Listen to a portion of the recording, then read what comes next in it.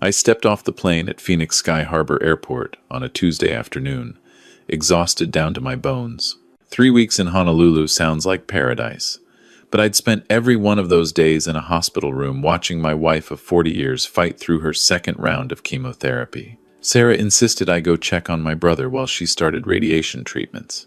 "Danny needs you," she'd said. "I'll be fine for a few days." I should have called him from the airport. I should have texted. But my phone had died somewhere over Nevada. And honestly, I just wanted to get home, plug everything in, and sleep for about 15 hours straight. The Uber dropped me off at my house on Camelback Road around 4 in the afternoon.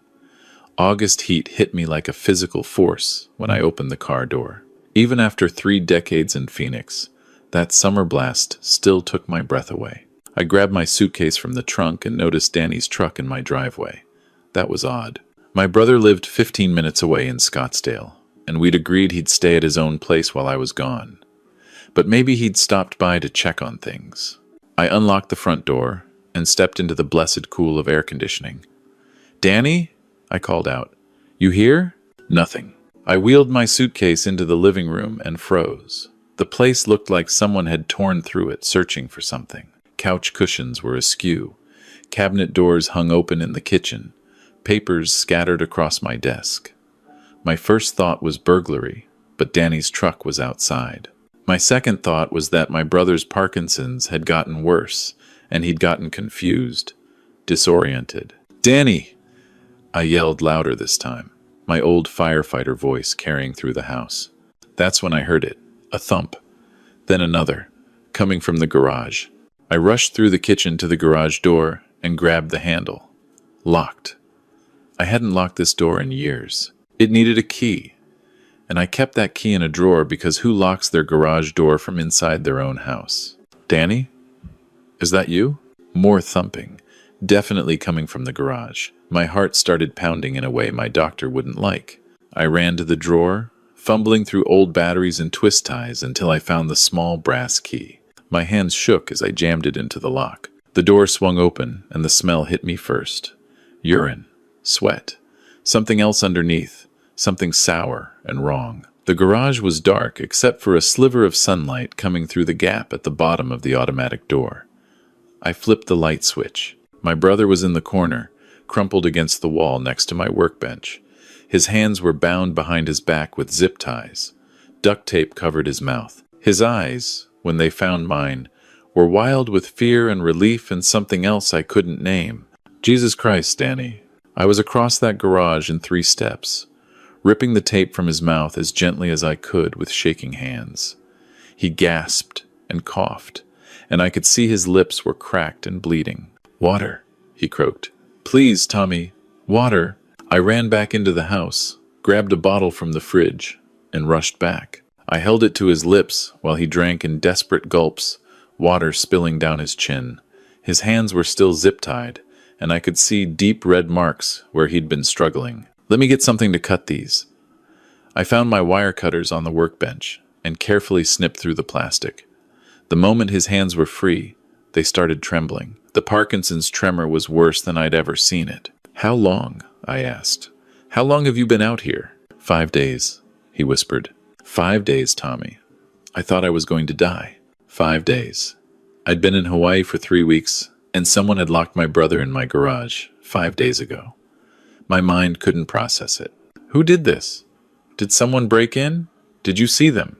Danny's face crumpled, and I saw tears start to track through the grime on his cheeks. "Michael," he said. "It was Michael." I stared at him. "Michael? Your son, Michael?" He nodded, and the expression on his face was one I'd seen before. As a firefighter, I'd pulled people from burning buildings who wore that same look. The moment they realized someone they loved had left them to die. I called 911. The Phoenix Fire Department arrived first, because of course they did. They're the best in the business. Captain Rodriguez, who I'd worked with for 15 years before I retired, took one look at my brother and called for an immediate transport. Then Phoenix PD showed up, and that's when things got complicated. Detective Lisa Morrison was lead investigator. She was maybe 40, sharp-eyed, with the kind of no-nonsense manner that probably made suspects nervous. She made me nervous, and I hadn't done anything wrong. "Mr. Brennan," she said, pulling out a notebook, "I need you to walk me through exactly what happened when you arrived home." I told her everything. The unlocked front door, the ransacked living room, the locked garage, finding Danny bound and gagged, what he'd said about Michael. "Michael Brennan," she repeated, writing, "That's your nephew?" "My brother's son, 38 years old, lives in Tempe with his wife Ashley." "And your brother said Michael did this to him?" "That's what he said."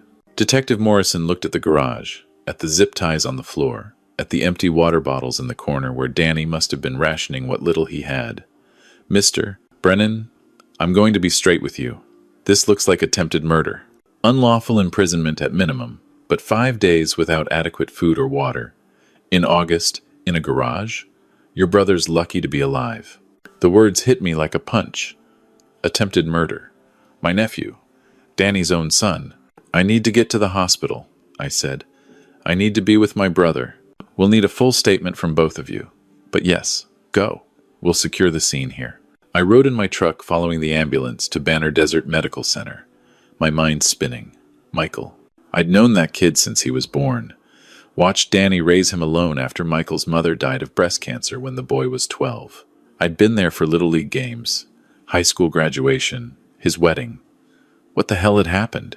At the hospital, they took Danny straight back to the ER. I paced the waiting room for 2 hours before a doctor came out. Dr. Patel was young, maybe 30, with tired eyes that had probably seen too much. "Mr. Brennan? Your brother is going to be okay, but it was close. Severe dehydration, malnutrition, early signs of kidney failure. Another day or two, and we'd be having a very different conversation. Can I see him? He's sleeping now.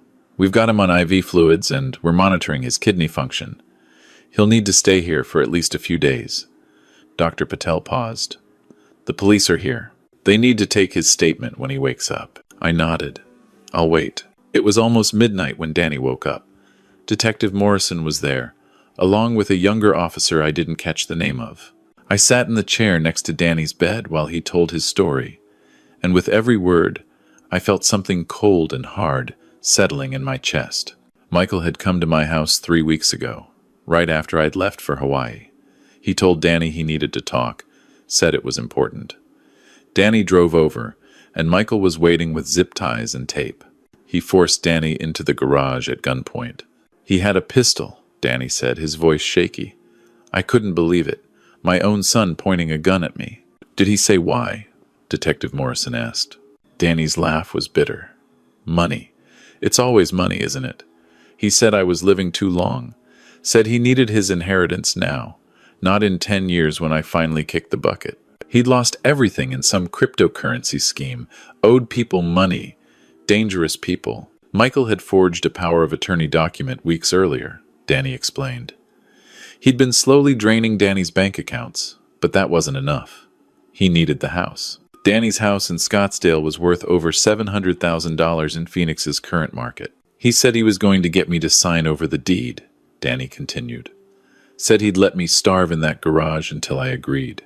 But I wouldn't do it. I told him I'd rather die than give him anything." "So he just left you there?" I asked, my voice barely above a whisper. "He'd come back every day. Bring a little water, a granola bar. Just enough to keep me alive. He kept asking if I was ready to sign. I kept saying no." Danny looked at me with those exhausted, heartbroken eyes. "On day 3, he stopped coming.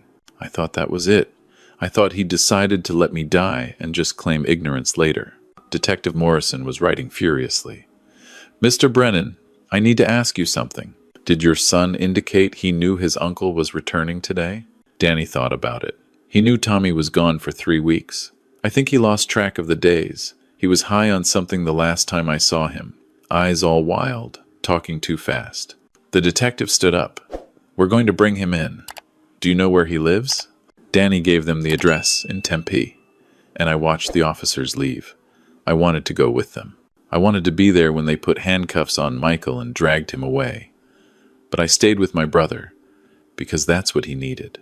Danny fell asleep again around 2 in the morning, and I sat there watching him breathe. My phone, finally charged, had 37 missed calls. Most were from Sarah in Hawaii. I called her back, and when she answered, I could hear the fear in her voice. "Tommy? Oh my God, I've been trying to reach you for hours. Is everything okay?" I told her everything. When I finished, there was a long silence on the other end. "I'm coming home," she said. "Sarah, your treatments can wait a few days. My brother-in-law almost died, Tommy. I'm coming home." They arrested Michael at his apartment in Tempe at 4 in the morning. Ashley, his wife, claimed she had no idea what he'd done. Said he'd told her he was taking care of his dad, checking in on him every day. The police didn't believe her, but they couldn't prove she was involved. Not yet. The next morning, I was back at the hospital when Detective Morrison stopped by to give us an update. She pulled me out into the hallway first. "Mr. Brennan, I wanted you to hear this before your brother. We searched Michael's apartment, found the forged POA, financial records showing he'd withdrawn over $120,000 from your brother's accounts over the past 2 months. Wire transfers to offshore accounts, cryptocurrency exchanges, cash withdrawals." My stomach dropped. 120,000? There's more. We found text messages between Michael and a woman named Veronica Cruz. She's his girlfriend. Apparently, Ashley doesn't know about her either. The messages detail the whole plan. Getting the POA, draining the accounts, forcing your brother to sign over the house. They were planning to flee to Mexico once they got the property sold. The property? I felt like I was moving through fog. "You mean Danny's house? And yours?" I stared at her. "What?" The texts mentioned both properties. Apparently, Michael had already forged documents to transfer your house into his name as well. He was just waiting for your brother to sign over his property. Then he was going to file the paperwork for yours while you were in Hawaii. By the time you got back, both houses would legally be his. The world tilted. This wasn't just about Danny. Michael had planned to steal both our homes. My home, where Sarah and I had lived for 28 years, where we'd raised our daughter, where we'd built our life. That's fraud on top of everything else, Detective Morrison continued. Forgery, financial exploitation, identity theft. And given that he left your brother in that garage to die, the DA is considering attempted murder charges. Considering? It's complicated. A good defense attorney could argue he left water, left some food, that he didn't intend for your brother to die. But between you and me, we're pushing for it. What your nephew did was calculated, cruel, and very nearly fatal. I took a deep breath, trying to process everything. What happens now? He's being arraigned this afternoon. Bail hearing tomorrow. Your brother will need to testify eventually, and you'll need to give a formal statement about the condition of your property and what you found when you returned. I nodded, numb. I'll do whatever you need. I went back into Danny's room. He was awake, staring at the TV without really watching it. When I sat down, he turned to look at me. They told you, didn't they? About the money? Yeah, Danny, they told me. I'm sorry, Tommy. If I'd been more careful, if I'd noticed what he was doing. Stop, I said. This isn't your fault. None of this is your fault. But I could see the guilt eating at him, the shame. How do you process the fact that your own child tried to kill you for money? Sarah flew back from Hawaii 2 days later. She walked into that hospital room, took one look at Danny, and burst into tears. Then she hugged him so hard I thought she might hurt him. But Danny hugged her back, and for the first time since I'd found him in that garage, I saw something besides grief in his eyes. You're supposed to be in treatment, he said weakly. I'll go back next week, Sarah said. Right now, you need family. The bail hearing happened on Friday. The judge set bail at $500,000, which Michael's public defender argued was excessive. But the prosecutor, a woman named Catherine Walsh, laid out the evidence methodically. The forgery, the financial fraud, the texts with the girlfriend, the fact that Michael had left his own father bound and gagged in a locked garage in August in Phoenix. Your Honor, Walsh said, this defendant is a flight risk. He has already demonstrated an intent to flee to Mexico. He has a girlfriend we're still trying to locate who was his accomplice in planning this crime. He stole over $120,000, most of which is unaccounted for. And he left his 69-year-old father, who suffers from Parkinson's disease, in conditions that very nearly killed him. I would argue that $500,000 is more than reasonable. The judge agreed. Bail stayed at $500,000. Michael's family didn't have that kind of money. He'd burned through everything. He stayed in jail. Over the next few weeks, more details emerged. Michael hadn't just been draining Danny's accounts. He'd taken out credit cards in Danny's name, forged his signature on loan applications. There was over $200,000 in total fraud, and that was just what the forensic accountants could track. The forged deed for my house was found in Michael's apartment, ready to file. If I'd stayed in Hawaii one more week like Sarah had originally wanted me to, he might have gotten away with it. The title company later told me that once a deed is filed with the county recorder, even if it's fraudulent, it takes months or years to unwind. People have lost their homes that way. Danny was released from the hospital after a week.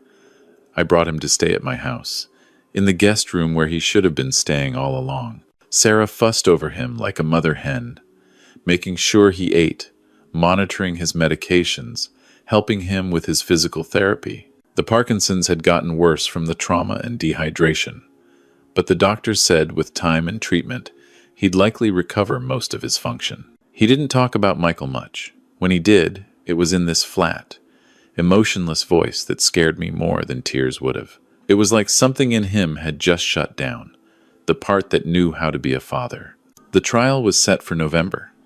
Detective Morrison called me in October to give me an update. They'd found Veronica Cruz, Michael's girlfriend, hiding out in Tucson. She'd agreed to testify against Michael in exchange for reduced charges. The text messages alone were damning, but her testimony would seal it. She says it was all Michael's idea, Morrison told me, that she just went along with it. But the texts show she was actively planning how to spend the money. They had it all mapped out. New identities, a condo in Cabo San Lucas, the whole fantasy. Do you believe her? I asked. That it was all Michael? Morrison was quiet for a moment. I think Michael was the driving force, yes. But I also think she knew exactly what she was signing up for. You don't plan to steal 2 houses and flee the country without understanding what you're doing. Catherine Walsh, the prosecutor, called me in for a meeting before the trial. She wanted to prepare me for what was coming. Defense is going to argue diminished capacity, she said. They'll say Michael was addicted to drugs, not thinking clearly, that he never intended for his father to die. They'll paint him as a desperate man who made terrible choices, but isn't a murderer. He left Danny in that garage for 5 days, I said. In August, in Phoenix. How is that not attempted murder? Walsh nodded. It should be, but juries are unpredictable, especially when it's family. Some people can't wrap their minds around a son trying to kill his father. They look for explanations, justifications. Our job is to show them the premeditation, the planning, the forged documents that were prepared weeks in advance, the girlfriend, the offshore accounts. This wasn't a desperate act. This was calculated. The trial lasted 3 weeks. I sat through every day of it. Sarah on one side of me, Danny on the other.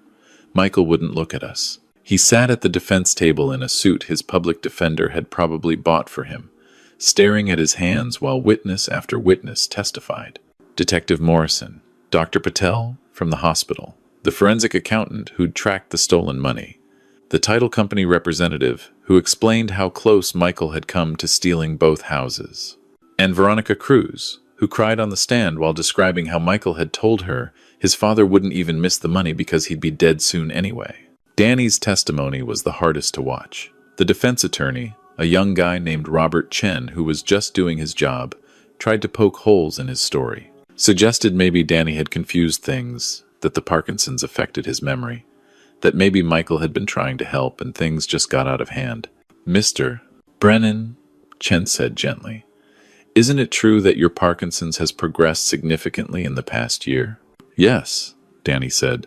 And you sometimes have difficulty with memory, with time perception? Sometimes. But I remember those 5 days perfectly. I remember every single hour. Your son loved you, didn't he? He wouldn't want to hurt you. Danny's voice was steady when he answered. I thought he loved me. I was wrong. The prosecution rested after 2 weeks. The defense called Michael's high school counselor, who testified that he'd been a good kid, called his ex-wife Ashley, who sobbed and said she couldn't believe he'd do something like this. Called a psychologist, who said Michael showed signs of addiction and poor impulse control. None of it mattered. The evidence was overwhelming. The jury deliberated for 6 hours. When they came back, Michael still wouldn't look up. The foreman stood and read the verdicts. Guilty on all counts. Attempted murder, kidnapping, elder abuse, fraud, forgery, financial exploitation. The list went on. I felt Danny's hand grip mine, his tremor worse than ever. Sarah was crying quietly on my other side. I wasn't sure what I felt. Relief, maybe, but no satisfaction, no sense of justice. Just this hollow, aching sadness for what used to be. Sentencing happened 3 weeks later. Catherine Walsh argued for the maximum. She brought photos of Danny in the hospital, gaunt and dehydrated. Showed the jury the zip ties with his blood on them. Played the 911 call where I'd found him. This defendant, Walsh said, betrayed every bond of trust and family. He systematically stole from his father, forged legal documents, and when that wasn't enough, he locked him in a garage and left him to die. He only miscalculated by a day or two. His uncle's early return saved his father's life. Without that, we'd be trying a murder case. Chen, the defense attorney, argued for leniency, said Michael needed treatment, not just punishment. That he'd lost everything, his marriage, his freedom, his family. That he was sorry, truly sorry, for what he'd done. Michael stood up when the judge asked if he wanted to speak. He looked at Danny for the first time since the trial began. "Dad," he said, and his voice cracked. "I don't know what happened to me. I don't know how I became this person. I'm sorry. I know that doesn't mean anything, but I am. I'm sorry." Danny didn't respond, didn't move, just stared at his son with those flat, dead eyes. Judge Maria Santos had been on the bench for 20 years. She'd seen everything. But even she looked shaken when she delivered the sentence. "Mr. Brennan," she said, "what you did to your father is beyond comprehension. You didn't just steal his money. You stole his dignity, his sense of safety, very nearly his life. You betrayed every bond that should exist between a parent and child. The court finds no mitigating circumstances sufficient to warrant leniency. On the charge of attempted murder, you are sentenced to 20 years in prison. On the charges of kidnapping, elder abuse, and financial exploitation, you are sentenced to an additional 15 years to run consecutively. Total sentence, 35 years in the Arizona Department of Corrections. 35 years. Michael would be 73 when he got out, older than Danny was now. The bailiffs took him away, and this time he looked back. Not at Danny, but at me. I don't know what he was looking for. Forgiveness, maybe? Understanding? He didn't get it. The money was harder to recover than you'd think. The offshore accounts were frozen, but getting the money back required international lawyers and paperwork that would take years. The credit cards in Danny's name had to be disputed, one by one. The life insurance policies Michael had taken out on Danny were fraudulent and had to be canceled.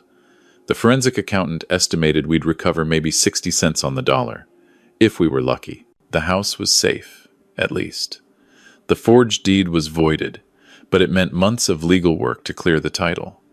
Danny's house in Scottsdale was put in a trust, with me as trustee. He didn't have the energy to fight about it. Sarah finished her cancer treatments in January. Clear scans, the doctor said. Remission. We celebrated quietly, just the three of us in my living room, because Danny didn't want to go out much anymore. He sees a therapist twice a week now. Dr. Martinez specializes in trauma and elder abuse. She says Danny has PTSD, which makes sense.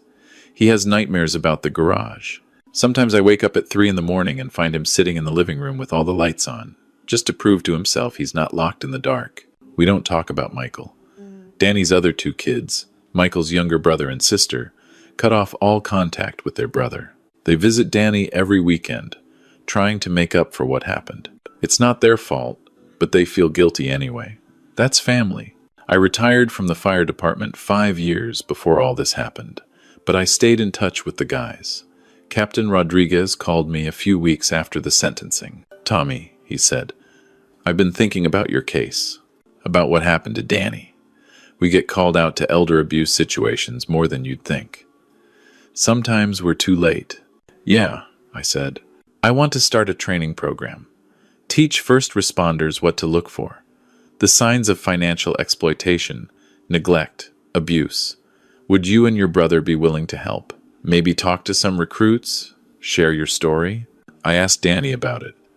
He thought about it for a long time before answering. "If it helps someone else," he finally said, "then maybe it means something. Maybe it wasn't all for nothing. We've done 3 presentations so far." It's hard, listening to Danny tell the story over and over. But I've seen the way those young firefighters and paramedics listen, the way they take notes, the questions they ask. How do we spot a forged POA? What are the red flags for financial exploitation? What do we do if we suspect a family member is the abuser? We're giving them tools, knowledge, the ability to save someone like Danny before it's too late. Last month, Detective Morrison called with news. Veronica Cruz, despite her testimony against Michael, got 5 years for conspiracy and fraud. She'd serve maybe 3 with good behavior. It didn't seem like enough, but Walsh told me that's how plea deals work. You take what you can get. I visit my mother's grave sometimes, out at Green Acres Cemetery. She died 10 years ago, and my father 5 years before that. I kneel there in the grass and tell her what happened. Tell her about Michael, about Danny, about everything that went wrong. And I think about how lucky I am that my parents died before they had to see their grandson become this. Danny's getting better, slowly. The Parkinson's is manageable with medication. The nightmares are less frequent. He laughs sometimes now, usually at something stupid on TV. It's not the same laugh as before, but it's something. Sarah asked him once, a few months ago, if he forgave Michael. "No," Danny said. "I don't think I ever will, but I'm trying to forgive myself." "For what?" Sarah asked. "For not seeing it coming. For being the kind of father who raised a son capable of that. I wanted to tell him that wasn't his fault, that Michael made his own choices, but Danny knew that already. Sometimes, knowing something intellectually doesn't help when your heart still bleeds. I'm 64 now. Danny's 69. We don't know how much time we have left. The Parkinson's will get worse. Sarah's cancer could come back. Age catches all of us eventually. But we've learned something from this nightmare. We've learned that family isn't just blood, it's choice. It's showing up. It's sitting in hospital rooms and driving to therapy appointments and making sure the people you love know they're not alone. Michael will be in prison for decades. Maybe he'll find redemption there. Maybe he'll become a different person. I don't know if I care anymore. I used to think justice was about punishment, about making people pay for what they did. But now I think justice is simpler than that. Justice is Danny sleeping through the night without nightmares. Justice is Sarah's clear cancer scan. Justice is sitting on my back porch in the evening, watching the sunset over the desert and knowing that the people I love are safe. That's the only justice that matters anymore. The rest is just noise. Sometimes Danny and I sit out there together, not talking, just existing in the same space. And I think about that garage, about how close I came to losing him, about how one more week in Hawaii would have meant planning a funeral instead of a trial, about all the tiny moments and decisions that add up to a life, or a death, or something in between. I don't have a neat ending to this story. Real life doesn't work that way. Michael is in prison, Danny is healing, Sarah is healthy. And I'm here, grateful for every ordinary day. Grateful that I came home when I did. Grateful that I found him in time. That's all any of us can ask for, really. To find each other in time. To not be too late. To save the people we love before the darkness takes them. I found my brother in time. That has to be enough.